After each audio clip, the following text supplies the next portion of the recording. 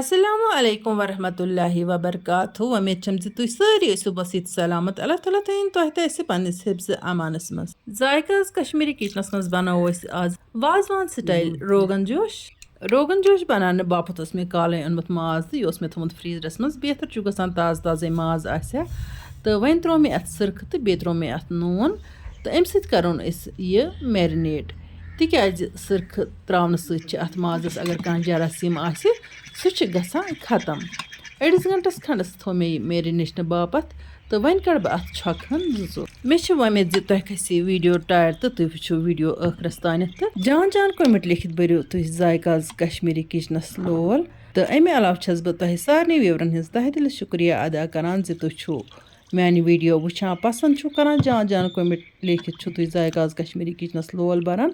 तम बापत छस बह तुहद तह दिल शुक्रिया अदा करान चूँकि कमेंट बॉक्सन मज मे वारियो व्यूवरो नुस्ख मंगमत तह सत कर बह कह नुस्ख या वनो कशिर जमात शेयर वीडियोस मज कचा गैप नेर मे तमे हिसाब हेक बह तह सत कशिर जमात शेयर कर यपर किन वुचु तह माज कोर मे बिल्कुल असल पे साफ तो वन जज मे यपर उखसरिस हर तो अत पे लज मे कतरु लेज रोगन जोश बनावो अस कतरु लेज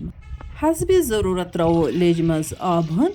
तो अथ आब हन मज लागो यह माज गड बॉयल करने बापत अत दिन गडनथ ग्रक तो ग्रक पे युथी अत फोस खसान सह फोस अत नुन पत थोद तुलित वनकन अत मसाल त्रावन कह वन गो वनकन अत त्रावन रुहन यम रुहन फुल 2-4-5 त्रे मे अत थोमस ठंड हन दित माज ग्रकान वन तुलो अत डकन थोद तो अत पे आसान फोस हूँ खोतमुत यथ जन वाज पे मल वनान बॉयल करने सत माजस यह मल सोरे हर कुन खसान तो यह जरूरी आसान अत थोद तुलन वुच तो तुम मे तुल अत मल थोद तो अम पत त्रे मे अत सोबुत मसाल रुआंग मर्च दालचीन सब्ज ٲl तो बे बज ٲl इमो मसालो अलाव करोस इतने नून ते ऐड वन यीतिस कालस अत माजस पाकन लगे तीतिस कालस करो अस बाकी तैयारी चूँकि मे फ्लैक्सान स्पाइसेस चिली पाउडर ओनमुत तो अत करो आज ट्राई तो यह परखावन अगर यह जान द्राव तो बह कर तुह सत जरूर शेयर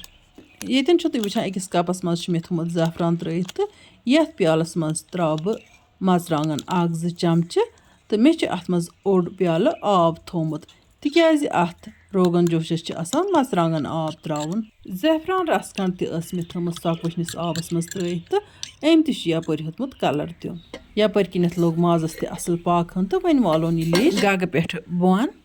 हिलाल सबरीना तो आफान गांदरबल पे लेखान तुहद वारिया फैन तो तुहज वीडियो शौक सान वुचान तम बापत छस बह तह दिल शुक्रिया अदा करान यपर किन मे बानस पे छान थमज तिकाज यह माज रस छान कड़न अत मज सोबुत मसाल आसान त्रमित तिमन शीर द्रामुत तिहद खुशबू वनकन इंसान महसूस करान अत रसा तिमन मसालन हिंद खुशबू यतन आसान सोबुत मसालन हिंद कोश मज नबर वन कड़ यह सारे रसन त्रो अथ पे फिर तो पत माज तुलन दिनित अम मज तो कोश नेर अमुक मसालुक अलग वन तुलो यह माज हन तो त्रो अत लेज मज ये करो अत बाकी मसाल ते ऐड वन यमन कुफ आसि तिम बुजतन ये कशुर जमात तीस कालस बह माज त्रो लेज मज तिम नीतन 2 चमचे जैतून तेल 1 चमचे माछ तो बे त्रतनस अड़ लेम्बुक रस यम 3 चीज पान वन असल पे मिक्स करें तो शोंगन ब्रोह मस्तस अमुक मसाज कर बिल्कुल असल पे तो सुबस पत कल छलन बादियान तो शूंठ ऐड करने पत त्रो वन ये मज मर्चांगन गोल माशाअल्लाह माशाअल्लाह रंग तल बसान मर्चांगन सठा बेहतरीन वन गो टेस्ट क्युत गि सह कर बह तह ٲखरस पे शेयर अम पे त्रो मे यह रसन तमे अलाव आसान प्रानुक पेस्ट या गंडन हूं पेस्ट तो ऐड कर 1-2 चमचे करोस यम तीत ऐड तो सती करोस गेव चमचे हन तो ऐड लिद्र चमचे 1 करोस ये ऐड तो अम पत दिमोस तीस कालस पाकन यीतिस कालस यह बिल्कुल असल पे तैयार इन पत वालोन लेज गग पे बोन तो ताय मज लागो तील हन तीलस मज त्रो यह मर्चांगन गोल चूँकि मे 2 मर्चांगन चमचे त्रमत अत मज तो 1 चमचे त्रो मे गड़े अत तो 1 कोर मे ये तीलस पे ऐड यह मर्चांगन बिल्कुल असल पे फ्राई कर सती अत आब कतरहन तह रलावन अम सत मर्चांगनस तह फुटान बे अमुक रंग तो निखरान चूँकि कहें वाजवान रेसिपियन मज दो लटि मर्चांगुन त्रावन यानी कि गड आबस सहित रलयित त्रावन तो पत्त लास्टस पे तिल बगार त्रावन यथ मज मर्चांगुन बिल्कुल असल पठन आमुत फ्राई करने तो वह लज मे लेज बे गगस तो बह त्राव अत गडनथ ये ज़ैफ़रान कुन वक्त वाज ज़ैफ़रान तो यह मर्चांगुन रल कर यह बगार त्रावान वन गो यह हिशी कथा अत बगार सहित रलयित त्रावो या अलग अलग त्रावो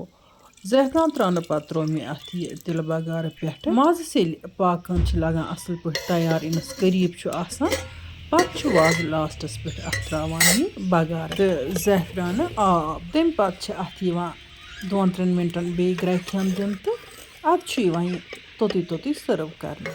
इतस कालस आव यपर किन रोगन जोश तैयार तो वन वज मे गग पे लेज हन बोन तो अस करो वन गर्मा गर्म रोगन जोश सर्व यथ वीडियोस मज मे तह कुफि बापत वो नुस्ख यह नुस्ख तिमन बापत सठे मुफिद यमन मस नीरित चलान तिमन तज यह नुस्ख आजमावन यह मस्त बापत सठे मुफिद बह कर बे यह नुस्ख रिपीट 2 चमच रोगन जैतून 1 चमच माछ तो अड़ लेम्बुक रस पान वन मिक्स कर असल पे शोंगन ब्रो मस्तस असल पे मथुन यानी कि कलस अमुक मसाज कर तो सुबह लट कल छलन इंशाअल्लाह रहमान गस तुहस प्रॉब्लम सॉल्व वन गो यह तह वारियन दोहन इस्तेमाल कर योताम तह फर्क गस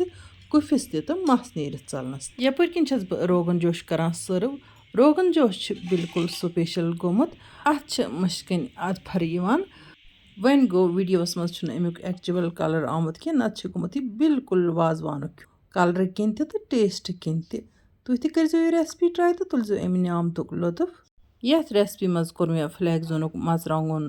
इस्तेमाल फ्लैगजोनुक मर्चांगुन बिल्कुल बेहतरीन यथ जाय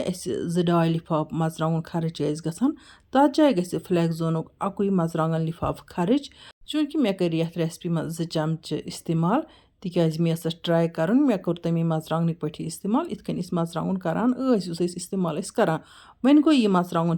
स्ट्रांग यह त्रावन कम सिनिस तो यह मर्चांगुन कंसनट्रेटेड थे कन अमिक बाकी मसाल तह जान इसलिए कर मे फ्लैगजोनिक मसाल प्रमोशन बापत सिलेक्ट वन अगर तुम सन वीडियो टारि खस वीडियो कर लाइक तो पन्न सथियन कर शेयर इंशाअल्लाह रहमान इमो नईस वीडियोस मज तुहद बापत बे नव डालित तोताम तुह तो अल्लाह ताला हवाल अल्लाह निगहबान।